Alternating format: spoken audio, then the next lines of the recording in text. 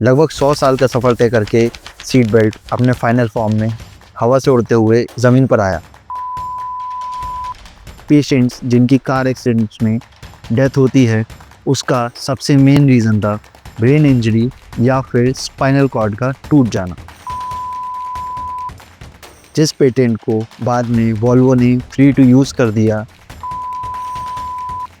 Retractor, जिसको seat belt का दिल भी कहा जाता है।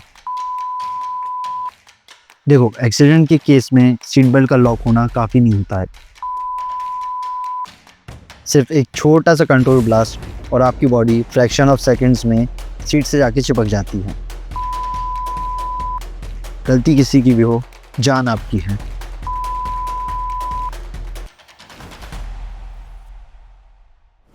लगभग 100 साल का सफ़र तय करके सीट बेल्ट अपने फाइनल फॉर्म में हवा से उड़ते हुए ज़मीन पर आया। पर क्या हमारे पास हमारी ही जान बचाने वाले सीट बेल्ट को लगाने के लिए 1 मिनट भी नहीं है? तो बात है अराउंड ईयर 1800s की। हवा में उड़ने के शौकीन और फादर ऑफ एविएशन के नाम से जाने जाने वाले जॉर्ज कैली ने ह्यूमन और मशीन इंटरेक्शन को समझते हुए ये आइडिया दिया कि अगर कोई भी इंसान ग्लाइडर में बैठा है तो उसे बांधे रखने के लिए एक बेल्ट स्ट्रैप लगेगा, ताकि एक्सीडेंट के केस में वो इंसान कहीं ग्लाइडर से उचक के बाहर न गिर जाए। उसके लिए उन्होंने अपने ग्लाइडर्स में उड़ने के लिए एक वेस्ट बेल्ट स्ट्रैप यूज़ किया, जो कि आज के मॉडर्न सीट बेल्ट के लिए एक नींव बना। उसके बाद एडवर्ड जे क्लेघोर्न ने ईयर 1885 में पहला सीट बेल्ट पेटेंट कराया, जिसका पर्पस था सेफ रखना फायर फाइटर्स को, सेलर्स को और फार्मर्स को। उसके बाद ईयर 1917 में ह्यूज डी हेवन की जानलेवा प्लेन क्रैश में जाने से बाल बाल बची, और उन्होंने उसके बाद एक्सीडेंट्स के बारे में रिसर्च की और सर्वाइवेबल प्लेन क्रैश का कॉन्सेप्ट दिया कि हर बार प्लेन क्रैश में जान जाए ये ज़रूरी नहीं है। और ठीक इसी के बाद से उन्हें फादर ऑफ क्रैश सर्वाइवल के नाम से भी जाने जाने लगा। फिर उन्होंने रॉजर डब्ल्यू ग्रिसवॉल्ड के साथ मिलकर 2 स्ट्रैप सीट बेल्ट डेवलप किया, जिसके बाद से उन्हें फादर ऑफ सीट बेल्ट के नाम से भी पहचाना गया, और यही design modern 3 point seat belt की नींव बना। उसके बाद ईयर 1946 में डॉक्टर सी हंटर शेल्डन, जो कि एक न्यूरोसर्जन थे, उन्होंने सर्जरीज के टाइम ये नोटिस किया कि पेशेंट्स जिनकी कार एक्सीडेंट्स में डेथ होती है, उसका सबसे मेन रीज़न था ब्रेन इंजरी या फिर स्पाइनल कॉर्ड का टूट जाना। उनका एस्टिमेट था कि कार एक्सीडेंट्स में डेथ 75% तक कम की जा सकती हैं अगर सीट बेल्ट को कार में यूज़ किया जाए। और सीट बेल्ट को स्टैंडर्ड इक्विपमेंट बनाने के लिए उन्होंने अमेरिकन मेडिकल एसोसिएशन और कार कंपनीज के सामने प्रपोजल रखा। Seat belts reduce accident fatalities by 75%. This is a pivotal moment for automotive safety. और उसके अप्रूवल के बाद सीट बेल्ट्स कार में भी जान बचाने लगे। उसके बाद नील्स वॉलिन, जिन्होंने साब एविएशन जैसी बड़ी एयरक्राफ्ट कंपनी में एयरक्राफ्ट इजेक्शन सीट्स पर काम किया था, और वॉल्वो में जुड़ने के बाद उन्होंने 3 point retractable seat belt design और पेटेंट करवाया, जिस पेटेंट को बाद में वॉल्वो ने फ्री टू यूज़ कर दिया। और यही सीट बेल्ट हर ड्राइवर और पैसेंजर की जान बचाने लगा। और इस सीट बेल्ट का फ़ायदा ये था कि इन case of accident human body पर सबसे ज़्यादा फोर्स जो लगेगा वो शोल्डर और हिप बोन पर लगेगा, और यही ह्यूमन बॉडी की सबसे स्ट्रॉन्गेस्ट बोन्स होती हैं। तो जो भी जर्क लगेगा वो ह्यूमन बॉडी के लिए बेयरेबल हो जाएगा। अब आ जाते हैं सीट बेल्ट के पार्ट्स पे। सबसे पहला है सीट बेल्ट की webbing. High strength polyester fabric से बना हुआ ये बेल्ट लगभग 1.5 टन का लोड ले सकता है, या ये कहें कि एक एसयूवी को इजीली पुल कर सकता है। Second is latch plate. ये हाई स्ट्रेंथ स्टील से बनी हुई प्लेट आपकी सीट के साइड पर लगी हुई बकल असेंबली पर जाके लॉक हो जाती है, और इन केस ऑफ एक्सीडेंट ये टूटती नहीं है, सिर्फ प्रेस बटन पर प्रेस करने पर ही ये अनलॉक होती है। इसके बाद आते हैं एंकर पॉइंट्स। आपके सीट बेल्ट को कार की बॉडी से जोड़ने का काम एंकर पॉइंट्स करते हैं, और इसमें एंकर रिंग लगी रहती है जो कि आपके सीट बेल्ट को गाइड करती है। अब आता है सीट बेल्ट का सबसे इम्पॉर्टेंट पार्ट, रिट्रैक्टर, जिसको सीट बेल्ट का दिल भी कहा जाता है। और जान बचाने वाले कई सारे मैकेनिज़म्स इसके अंदर लगे हुए होते हैं। जैसे कि स्पूल एक सिलेंडर होता है जिसके चारों तरफ आपका सीट बेल्ट रोल्ड रहता है।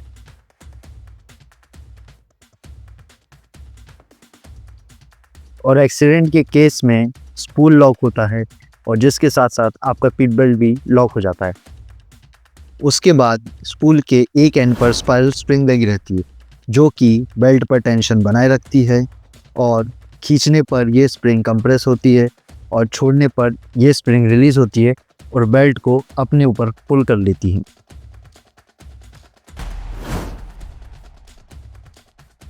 Newton's first law of inertia और सेंट्रीफ्यूगल फोर्सेस का यूज़ करके रिट्रैक्टर अपने अंदर लगे हुए मैकेनिज्म से सीट बेल्ट को लॉक करता है जिससे आपकी जान बचती है।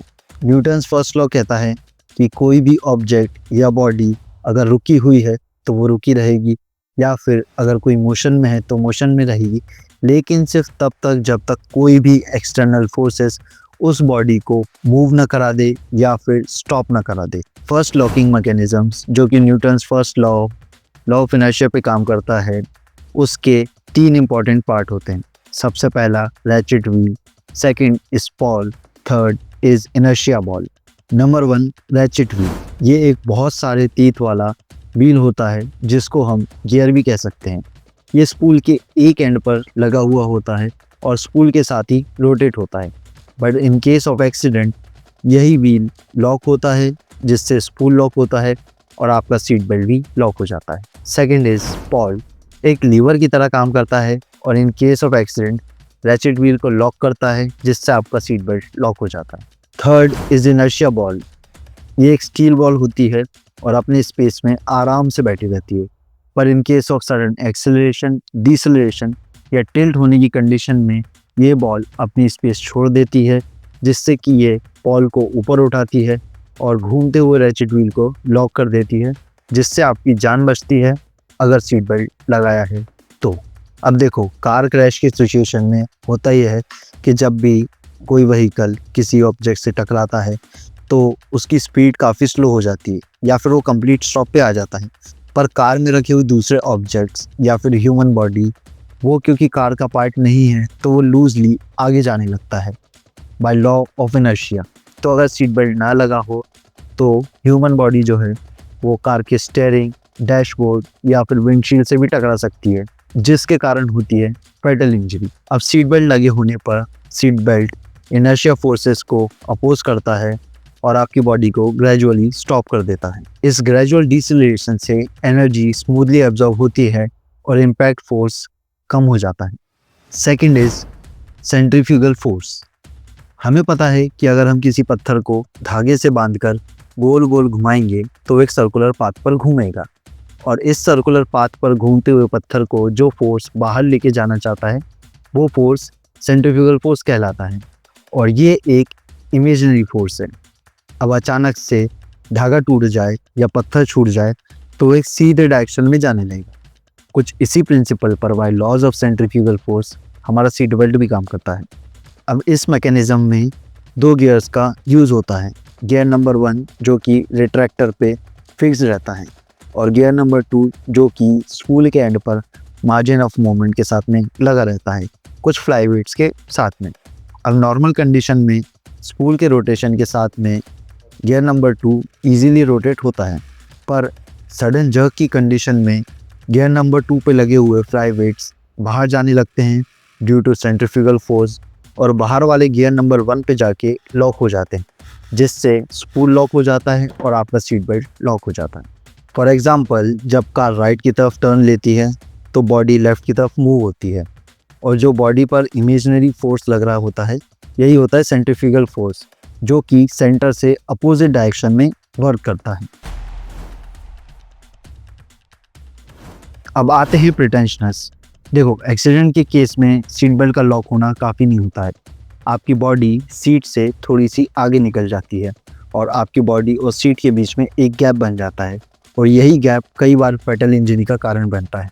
अब प्रिटेंशनस क्या काम करते हैं? प्रिटेंशनस आपकी आगे निकली हुई बॉडी को सीट से चिपका देते हैं और इस गैप को ख़त्म कर देते हैं जिससे इंजरी कम होती है, और ये लगभग 5 टाइप के होते हैं। प्रिटेंशनर्स का मतलब ही होता है पहले से टेंशन देने वाला।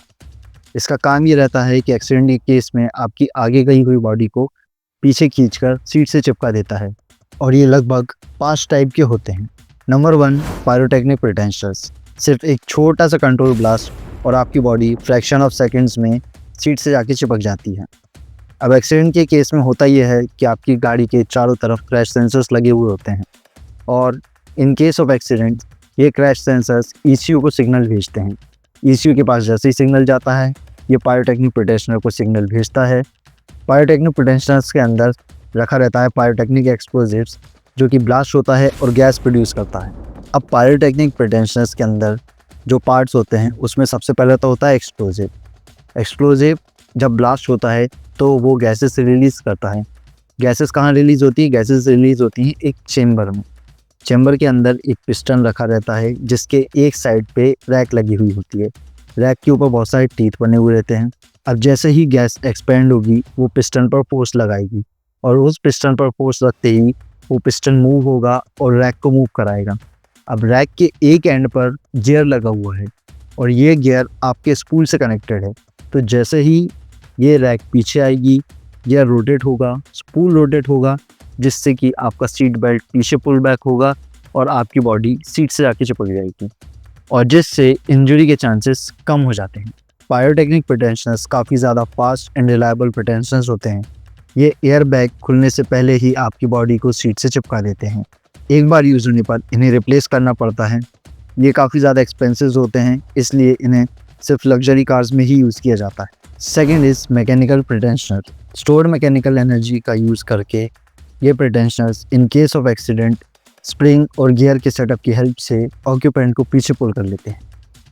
Third is motor driven प्रिटेंशनर्स।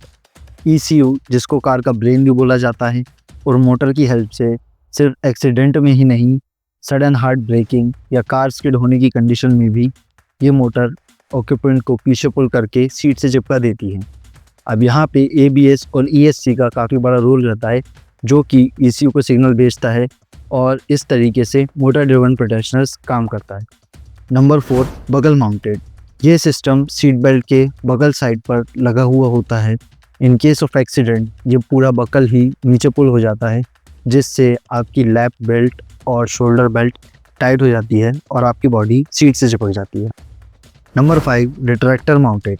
ये प्रिटेंशनर रिट्रैक्टर के अंदर लगा हुआ होता है, जहाँ पे आपकी सीट बेल्ट रोल रहती है। एक्सीडेंट के केस में प्रिटेंशनर ने पीछे तो खींच लिया और सीट बेल्ट लॉक भी हो गया, पर जिस फोर्स से आपकी बॉडी आगे जा रही है उस हिसाब से आपकी हड्डी पसलियों का सीट बेल्ट से ही टूटना कोई मुश्किल बात नहीं है।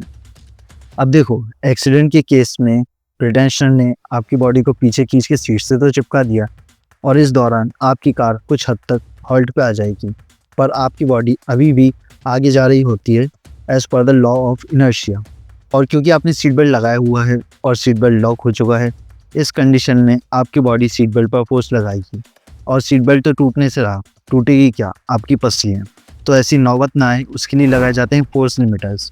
फोर्स लिमिटर्स एक्सीडेंट के केस में आपकी बॉडी का जो एक्सेसिव लोड सीट बेल्ट पर पड़ रहा है, इस कंडीशन में सीट बेल्ट को कंट्रोल वे में लूज़ करते हैं, जिससे आपकी बॉडी कंट्रोल वे में आगे जाती है और इंटरनल इंजरीज नहीं होती। तो ये लगभग 5 टाइप के होते हैं। नंबर 1, टेयर वेबिंग। आपके सीट बेल्ट को बीच में से फोल्ड करके यहाँ से थ्रेड से स्टिच कर दिया जाता है, और इन केस ऑफ एक्सीडेंट्स यही स्टिचेस धीरे धीरे खुलना स्टार्ट होते हैं, जिससे कि सीट बेल्ट लूज़ होता है और आपकी बॉडी कंट्रोल वे में आगे जाती है, जिससे कि आपकी इंटरनल ऑर्गन्स पर इंजरी कम आती है। नंबर 2, टॉर्शन बार। आपकी कार के रिट्रैक्टर के स्पूल के अंदर एक स्टील की रॉड लगी रहती है, जिसको हम टॉर्शन बार भी कहते हैं। अब नॉर्मल कंडीशन में ये बार आपके सीट बेल्ट को रिजिडली होल्ड करती है, पर एक्सीडेंट के केस में जैसे ही सीट बेल्ट पर एक्सेसिव लोड पड़ेगा, वो लोड ट्रांसफ़र होगा स्पूल पर, और स्पूल रोटेट होना चाहेगा, और जैसे ही लोड एक्सेसिव होगा, ये टॉर्शन बार स्पूल को धीरे धीरे कंट्रोल वे में रोटेट होने देगी, जिससे कि आपकी बॉडी कंट्रोल वे में आगे जाएगी और इंजरीज कम होगी। Third is clutch type. ये फोर्स लिमिटर सीट बेल्ट के रिट्रैक्टर के अंदर लगे हुए होते हैं, और ये 2 क्लच प्लेट के टाइप से काम करते हैं। यहाँ पे एक साइड पे स्पूल के ऊपर लगी रहती है एक प्लेट, दूसरी रिट्रैक्टर के अंदर प्लेट लगी रहती है। अब जैसे ही स्पूल पर एक्सेसिव लोड पड़ता है, ये प्लेट धीरे धीरे एक दूसरे से फ्रिक्शन खाते हुए स्लिप करना स्टार्ट करेगी, जिससे कि सीट बेल्ट कंट्रोल वे में लूज़ होगा और आपकी बॉडी कंट्रोल वे में आगे जाएगी। सेम इसी टाइप से फ्रिक्शन प्लेट भी काम करती हैं। Number 5, pyrotechnic force limiters. अब जैसे कि हमने पायरोटेक्निक प्रिटेंशनर्स का यूज़ देखा था कि प्रिटेंशनर्स आपकी बॉडी को पीछे खींच लेता है, पर जैसे ही एक्सेसिव लोड लगेगा, यहाँ पे पायरोटेक्निक फोर्स लिमिटर्स एक सेकंड स्टेज ब्लास्ट रिलीज़ करेंगे, जिससे कि आपकी बॉडी को कंट्रोल वे में आगे जाने दिया जाएगा, जिससे इंजरी कम हो। सीट बेल्ट पर इतनी बड़ी वीडियो बनाने का रीज़न सिर्फ इतना सा है, आपको ये बताना कि सीट बेल्ट कितनी मेहनत करता है आपकी और हमारी जान बचाने की, और हमें बस बकल अप करना होता है। कंक्लूजन ये है कि इट डजंट मैटर आप कार में आगे बैठे हो या पीछे, सीट बेल्ट ज़रूर लगाएं, क्योंकि गलती किसी की भी हो, जान आपकी है। ये वीडियो अपने हर उस फैमिली मेम्बर और हर उस फ्रेंड के पास पहुंचा दें जो सीट बेल्ट लगाने में बहाने बनाता है या फिर वार्निंग साउंड बंद करने के लिए सीट बेल्ट को पीछे से लॉक कर देते हैं। आप खुद से और अपनी फैमिली से प्रॉमिस करें कि आप सीट बेल्ट ज़रूर लगाएंगे, क्योंकि सीट बेल्ट जान बचाता है। वीडियो को लाइक करें और ऐसे ही ऑटोमोबाइल रिलेटेड इंफॉर्मेशनल वीडियोस देखने के लिए चैनल को सब्सक्राइब करना ना भूलें, और नेक्स्ट वीडियो की नोटिफिकेशन के लिए बेल आइकन को प्रेस करना मत भूलना। मिलते हैं नेक्स्ट वीडियो में कुछ नए कंटेंट के साथ।